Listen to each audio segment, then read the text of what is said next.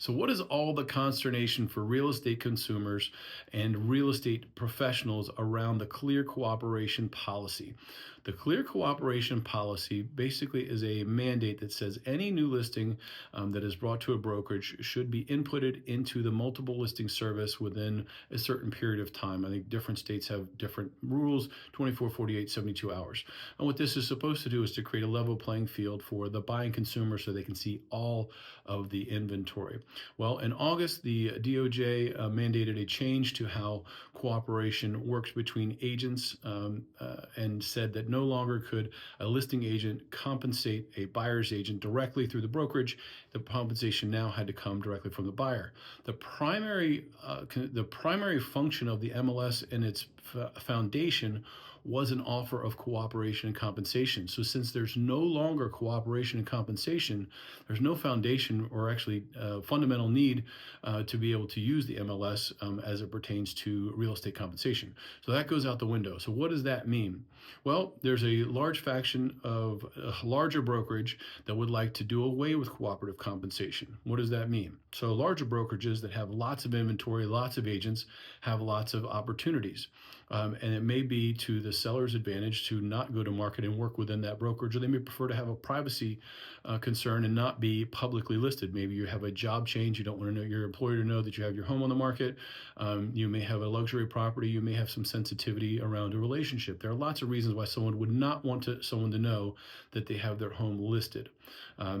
There is another group of brokerages and movement that says that everything should be publicly available, and more like the Canadian model, which is mandated that every single thing has to be put in the MLS, and it's more government regulated.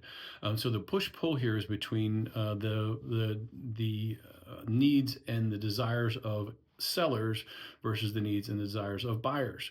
There's a strong argument for buyers, which is to say that if we don't have access to all the inventory, you're now at a disadvantage, and that could potentially create a steering issue where a certain pocket of listings are not available to you because you don't have access to them because they're not connected to a certain brokerage.